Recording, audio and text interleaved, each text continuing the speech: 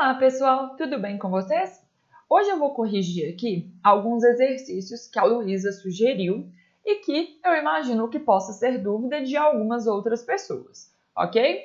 A gente vai começar pelo exercício número 18, que está aparecendo aí na tela para vocês.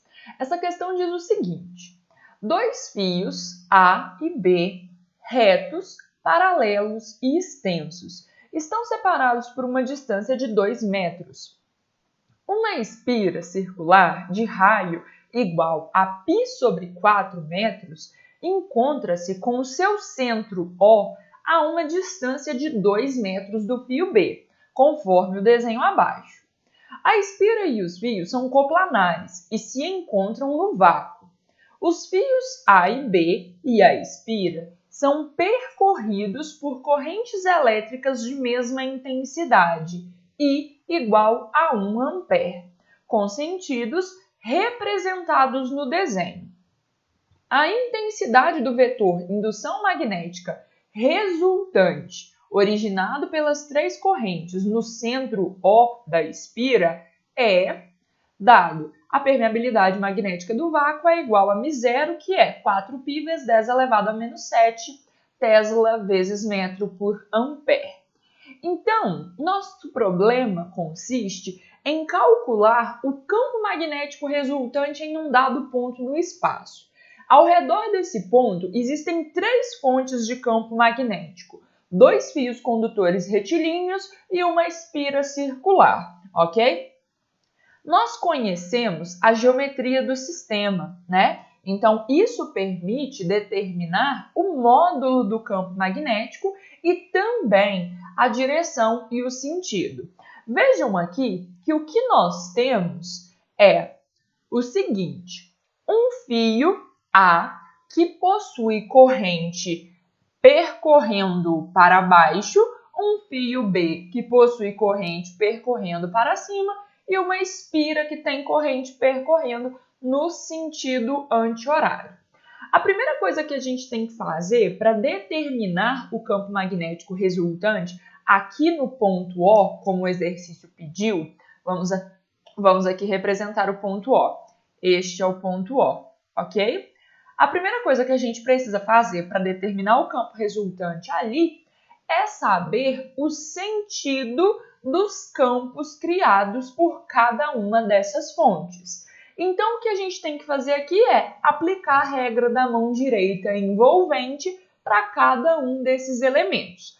A gente pode começar considerando aqui o fio A, ok? Vejam que o fio A tem corrente percorrendo para baixo. Vamos usar a regra da mão direita envolvente. Considerem que a minha caneta é o fio e essa pontinha indica o sentido da corrente. Então, regra da mão direita envolvente, dedão no sentido da corrente e eu vou envolver o fio com a minha mão. Percebam que nessa região o campo magnético está entrando no plano da tela. Aqui ele está apontando para a direita e desse outro lado, à direita do fio, ele está saindo do plano da tela. Então, o campo magnético criado pelo fio A circula dessa forma. À direita do fio, ele sai do plano da tela e à esquerda do fio, ele entra no plano da Terra, no plano da tela, ok? Então, a gente pode representar dessa forma. Vejam só. O campo magnético pelo fio A, ele vai entrar do lado esquerdo, então aqui ele entra, e do lado de cá ele sai. Então, todos os pontos que estão à direita de A possuem campo magnético saindo, ok? E os pontos que estão à esquerda possuem campo magnético entrando no plano da Terra, no plano da tela, ok? Consequentemente, aqui no centro da espira, que é um ponto do espaço à direita do fio A, nós temos campo magnético criado por A também. Qual é a direção e o sentido desse campo magnético? O campo criado por A, ali no ponto O, ok? É um campo que está saindo do plano da tela, ok? Então, esta é a direção e o sentido do campo magnético aqui no centro. Precisamos agora aplicar também a regra da mão direita para o fio B. Então, aqui a corrente sobe. Então, corrente está subindo, dedão no sentido da corrente, ok? Mão direita envolvendo o fio. Percebam que a nossa mão aponta para a tela, nesse sentido, nesse lado, né, no lado direito do fio B, e ela sai da tela do lado esquerdo. Então, no lado direito do fio, o campo magnético está entrando e no lado esquerdo ele está saindo. Logo, o campo magnético criado por B nas regiões à direita deste fio, o campo entra. Aqui nós temos um campo entrando, mas quem cria esse campo entrando? O fio B. Do lado esquerdo do fio B, ele cria um campo magnético saindo, ok? Então tá aí representado, certo? Vejam que o centro da espira está à direita do fio B. Portanto, nós temos ali que no centro O, o campo magnético criado pelo fio B, ok? É um campo que está saindo, é um campo que está entrando no plano da tela, ok? Falta agora determinarmos qual é a direção e o sentido do campo magnético criado pela espira. Como que a gente vai fazer isso? Aplicando a regra da mão direita também. Vejam que a espira, nesse caso, está no plano da tela. Ela está representada nesse plano vertical e a corrente sobe através dela, correto? Então vejam, ó, se a corrente está subindo, o meu dedão tem que estar no sentido da corrente, não é isso? Se eu escolho esse lado aqui da espira, imaginem a espira aqui, ok? Se eu escolho esse lado da espira, a corrente está subindo, consequentemente eu vou abraçar, eu vou envolver o fio. Vejam que do lado de fora da espira o campo magnético vai entrar e do lado de dentro, ok? Ou seja, ali no centro da espira, o campo magnético vai sair da tela, ok? É só a gente aplicar. Regra da mão direita envolvente, segurando o fio da espira. Nós vamos ver que a nossa mão sai ali no centro, ok? Então, no centro da espira, ela própria cria um campo magnético, ok? Que eu vou chamar de B da espira, que está saindo do plano da tela, ok? Então, tá aí representados os três campos que atuam ali no centro da espira. Vejam, aqui nós temos três campos magnéticos na mesma direção. Seria a direção Z, que representa profundidade, ok? A gente pode dizer assim, Y para cima, X na horizontal e a direção Z, que representa profundidade, ok? Então, na direção Z, o campo magnético pode entrar no plano da tela, como ele pode sair do plano da tela. São sentidos diferentes, ok? Se nós considerarmos aqui que o sair é positivo, ok? Nós temos que o campo criado pelo fio A e o campo criado pela espira são campos positivos. E como o campo criado por B está apontando no sentido contrário, ele seria um campo negativo, certo? Então, para determinar qual é o módulo do campo magnético resultante, né, porque o problema aqui é a intensidade do vetor indução magnética, o que a gente deve fazer? A gente deve somar vetorialmente esses três vetores campo magnético. Como que a gente faz isso? Se os vetores estão na mesma direção, basta simplesmente somar atribuindo sinal positivo ou negativo, né, de acordo com o sentido. Aqui a gente já fez isso, né? Já decidimos que saindo será positivo e entrando negativo. Logo, o campo magnético resultante é igual ao campo de A, criado pelo fio A, mais o campo criado pela espira. Vejam que os dois estão saindo, por isso eu estou considerando que eles são positivos, menos o campo criado por B, que está entrando, né? Então, o sentido contrário eu considerei negativo, ok? Agora, Se eu quero achar qual é o módulo do campo resultante, o que eu devo fazer? Eu devo calcular o módulo de cada um destes campos, certo? Vamos lembrar aqui. Campo magnético criado por um fio condutor retilíneo. Como nós podemos determinar aqui este campo, o módulo, a intensidade? Vai ser a permeabilidade do meio, no caso aqui é do vácuo, vezes a intensidade da corrente, dividido por 2π vezes d, em que d é a distância do ponto onde eu desejo calcular o campo magnético até o fio condutor, ok? E o campo magnético de uma espira? Como que eu posso determinar a intensidade desse campo?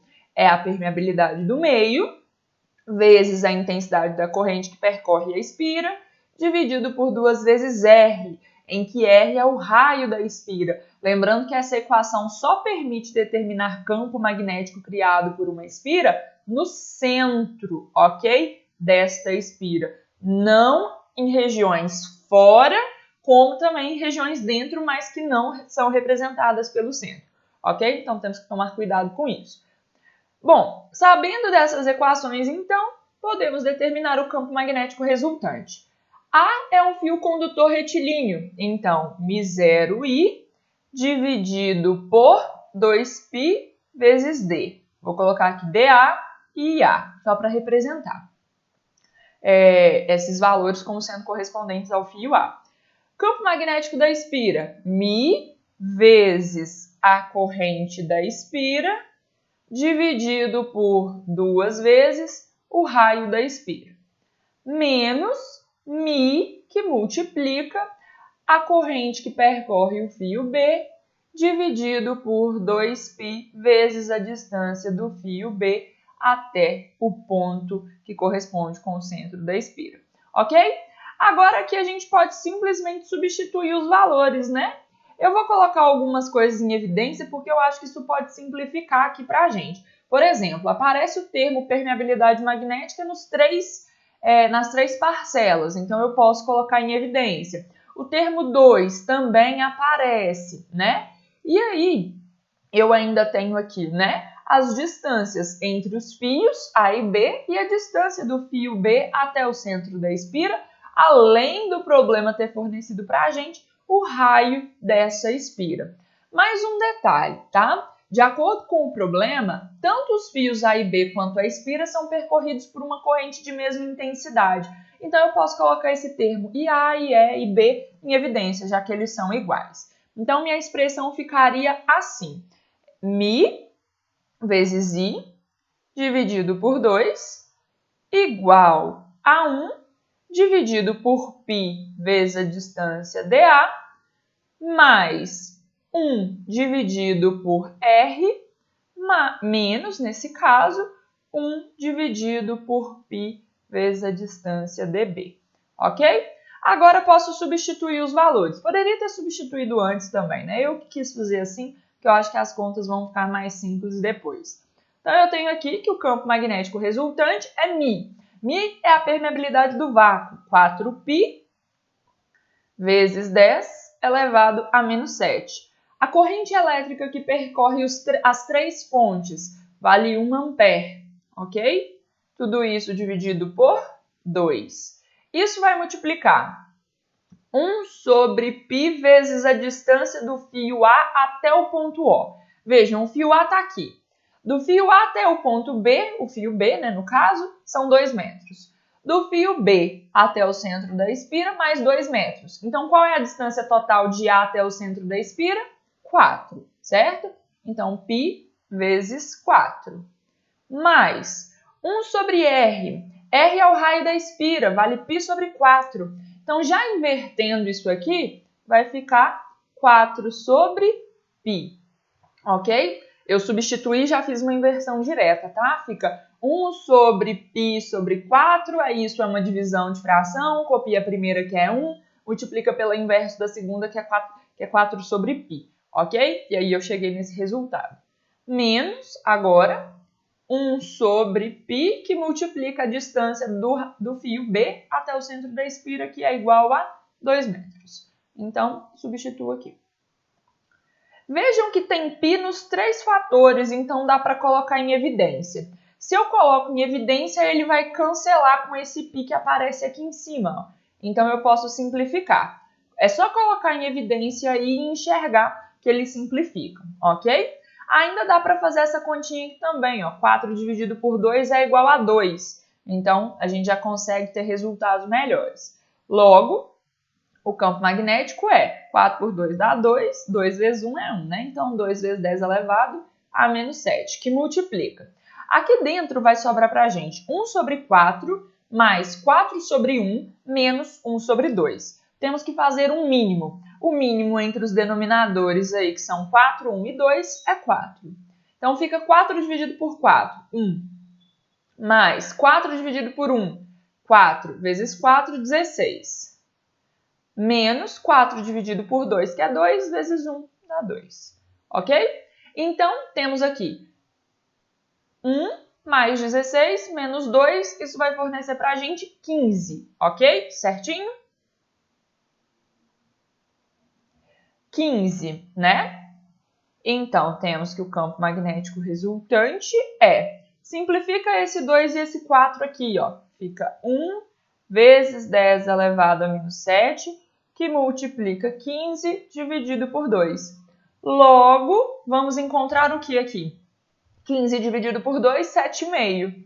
Então, 7,5 vezes 1 vezes 10 elevado a menos 7. Então, 7,5 vezes 10 elevado a menos 7 teslas é a intensidade do campo magnético resultante ali no centro da espira, no ponto O. Lembrando que não é somente a espira que cria campo magnético nesse ponto. Por quê? Porque há na região próxima a ele,